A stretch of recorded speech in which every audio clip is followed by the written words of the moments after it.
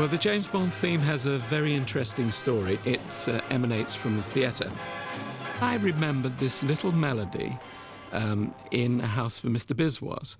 I dug it out and remember this is sung by an East Indian character accompanied by a sitar, and it went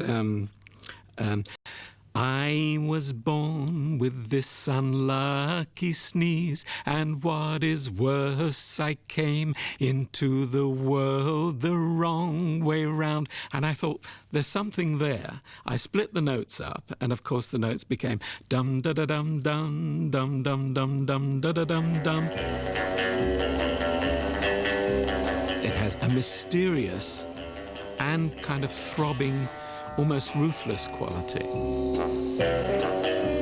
Then, if you take it later on, when it opens up into big band sounds, that has, if you like, the more heroic qualities of James Bond, the James Bond character, and of course is very often used that way within the films.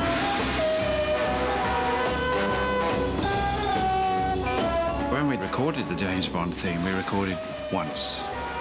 And the next time I or John Barry heard it again was when we were in the theatre and watched the actual Dr. No film being shown. I didn't go to the premiere. I don't think John Barry went to the premiere.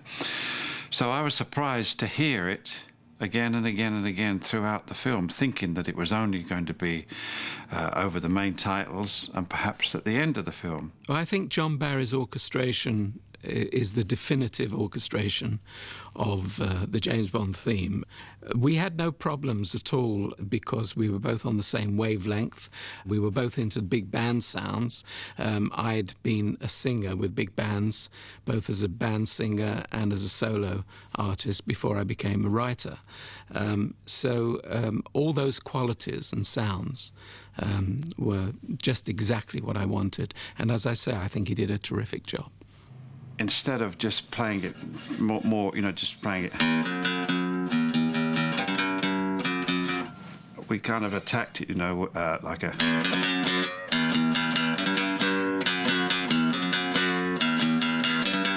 to give it a little bit more urgency, and that's how you got that sort of clangy and that toppy sound.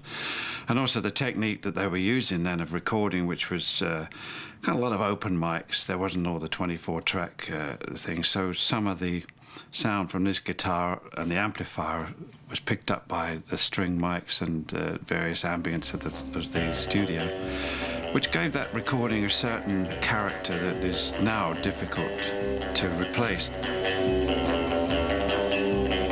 The first time the theme is played in the body of the film is when Bond's identity is finally revealed. Well, I think that the first time that we are introduced to James Bond epitomizes and encapsulates the whole James Bond legend. We are into this lush, gambling casino. The women are in lovely gowns. The men are all in tuxedos. We see a little bit of Bond, we don't know who he is. Then we see this lovely lady opposite him. They're obviously flirting. And then he lights a cigarette. We see the full face of James Bond, and he says, Bond. James Bond. Mr. Bond, I suppose you wouldn't care to raise the limit? I have no objections. I believe that moment, the whole magic of Bond gelled. Sean Connery became a star at that moment. Looks like you're out to get me. The music was totally recognizable from then onwards, and the whole Bond industry was up and running. I've never met Monty, you know.